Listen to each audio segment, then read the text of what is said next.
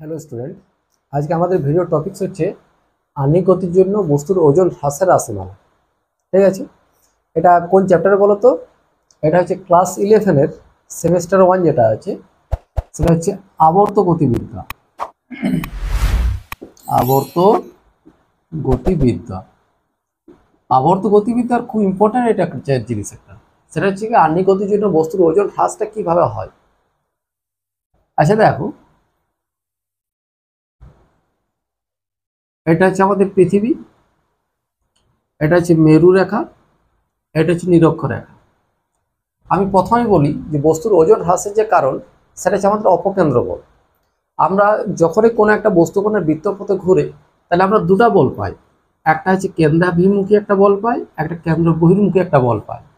কেন্দ্রাভিমুখী যে বলটা সেটা হচ্ছে আমাদের অভিকেন্দ্র বল। এই বলটাকে আমরা বলি অভিকেন্দ্র বল, ঠিক আছে। আর কেন্দ্র বহির্মুখী যে বলটা সেটাকে আমরা বলি কি অপকেন্দ্র বল। এটা হচ্ছে আমাদের অপকেন্দ্র বল। তাহলে একটা পাচ্ছি আমরা অভিকেন্দ্র বল, আর একটা আমরা কি পাচ্ছি অপকেন্দ্র বল। একটা অভিকেন্দ্র আর একটা হচ্ছে আমাদের অপকেন্দ্র। এই অভিকেন্দ্র এবং অপকেন্দ্র বলের যেটা মান সেটা এফসি, সেন্টিপিটাল বা সেন্ট্রিফিউগাল ফোর্স। এফসি সমান হচ্ছে কত না mv²/r। সেন্ট্রিপিটাল ফোর্স যেটা আমাদের অভিকেন্দ্র বল বা অপকেন্দ্র বলের যেটা মান আমরা পাই সেটা হচ্ছে mv²/r। অর্থাৎ এম ভরের কোনো একটা বস্তুকণা আর ব্যাসার্ধের বৃত্তপথে যদি ভি বেগে আবর্তন করে, তাহলে বহির্মুখী বা অন্তর্মুখী যে ক্রিয়াশীল বলটা যেটা সেটা হচ্ছে কত আমাদের mv²/r। বোঝা গেল? আমরা এরপর মনে করছি এইখানে যদি বস্তুটা আমরা রাখি, তাহলে বস্তুর ওজন কেন্দ্রাভিমুখী এদিক ক্রিয়া করে, আর বহির্মুখী এটা যদি আণবিক গতি মানে কি নিজকের চারপাশে ঘুরছে, তো তাহলে বহির্মুখী যে বলটা সেটা হচ্ছে আমাদের mv²/r। এরপর ঘটনাটা হচ্ছে ভিটাকে আমরা যদি ওমেগার আকার কনভার্ট করি, তাহলে ভি সমান আমরা কত জানি ওমেগা/r। অর্থাৎ আমরা কত লিখবো না m⍵²r। এটা হচ্ছে আমাদের অপকেন্দ্র বল। তাহলে কেন্দ্রাভিমুখী ওজন হচ্ছে mg, আর বহির্মুখী যে বলটা এটা সমান হচ্ছে কত m⍵²r। এই যা ব্যাসার্ধ যদি আমরা ক্যাপিটাল আর বলি, তাহলে আমরা কত পাবো, এটা পরিষ্কার করে লিখি। এটা হচ্ছে আমাদের m⍵² R। তাহলে বস্তুর প্রকৃত ওজন mg আমরা পাবো কি এখানে, কারণ বহির্মুখী একটা বল কাজ করছে। তাহলে বহির্মুখী বলের জন্য কি হবে, বস্তুর যেটা প্রকৃত ওজন সেটা কিছুটা হ্রাস পায়। দেখো এটা এরপর আমরা নির্ণয় করছি কোথায়, এটাকে না আমরা লিখছি থিটা অক্ষাংশে এখানে একটা বিন্দু লিখছি, এই কোণটা হচ্ছে আমাদের থিটা। এখানে আমরা একটা পি বিন্দু লিখছি, যেখানে আমরা বস্তুর ওজন হ্রাসের রাশিমালাটা আমরা নির্ণয় করব। তাহলে পি বিন্দুতে যে স্মল এম ভরের যে বস্তুটা রাখা আছে, স্মল এম ভরের বস্তুটা যেটা সেটা স্মল আর ব্যাসার্ধ একটা মনে করছি একটা বৃত্তপথ তৈরি করছে। তাহলে বহির্মুখী অপকেন্দ্র বল এখান থেকে এইভাবে কত পাবো আমরা m⍵² তাহলে এই কোণটা যদি থিটা হয়, তাহলে কেন্দ্র বহির্মুখী যে উপাংশটা এই কোণটা হচ্ছে আমাদের থিটা। তাহলে এটা আমরা কত পাবো m⍵² cos থিটা। ক্লিয়ার? আচ্ছা, এরপর বস্তুর প্রকৃত ওজন যেটা সেটা mg-টা ভিতর দিক ক্রিয়া করছে। এরপরে বাইরে দিকে কেন্দ্র বহির্মুখী এই যে বলটা যেটা আছে m⍵² cos থিটা, এর জন্য কিছু কি হবে না কিছুটা হ্রাস পাবে। তাহলে যেটা হ্রাস পাচ্ছে সেটা আমরা কত বলবো এখানে mg ড্যাশ সমান আমরা কত লিখবো না mg minus m⍵² cos theta. এটা এরপর আচ্ছা, এটা যদি ক্যাপিটাল আর হয় তাহলে এটা হচ্ছে আমাদের ক্যাপিটাল আর। এই কোণটা যদি থিটা হয় এই কোণটা আমরা পাবো থিটা। অর্থাৎ এই যে সমকোণী যে ত্রিভুজটা আমরা পাচ্ছি, এই স্মল আর যেটা সেটা হচ্ছে আমাদের ভূমি, আর ক্যাপিটাল আর যেটা সেটা হচ্ছে কি আমাদের অতিভুজ।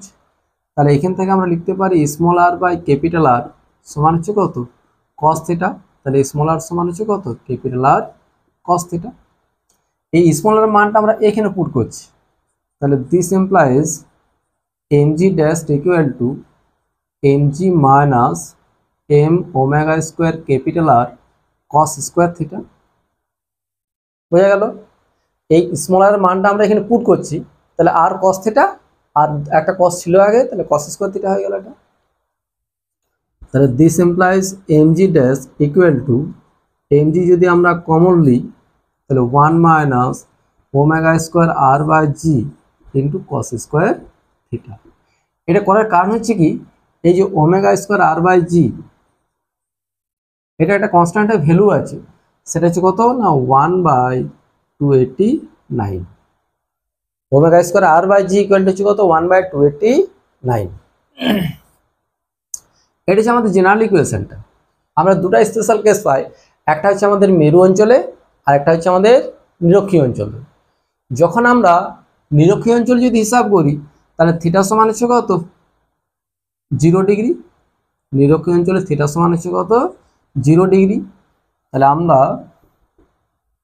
MG dash equal to mg into 1 minus omega square r by g, কারণ কস 0 সমান হচ্ছে কত 1।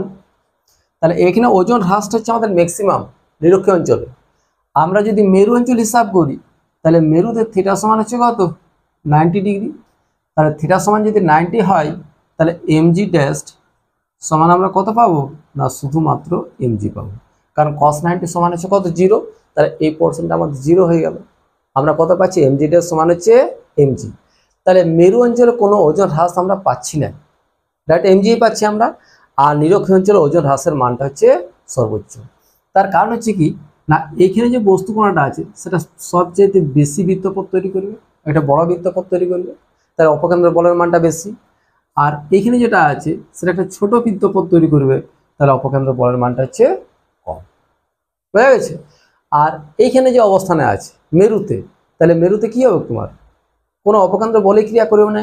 তার কারণ হচ্ছে কি এইখানে যে বস্তু কণাটা আছে সেটা তার ঘুরছে না, এই জায়গাতে স্থির আছে। তাহলে নিরক্ষীয় অঞ্চল হচ্ছে সর্বোচ্চ ওজন হ্রাস আর মেরু অঞ্চল হচ্ছে সর্বনিম্ন।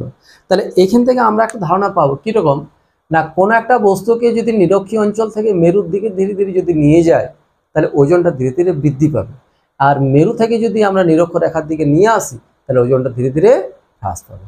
কারণটা বোঝা গেল? ওকে, থ্যাংক ইউ।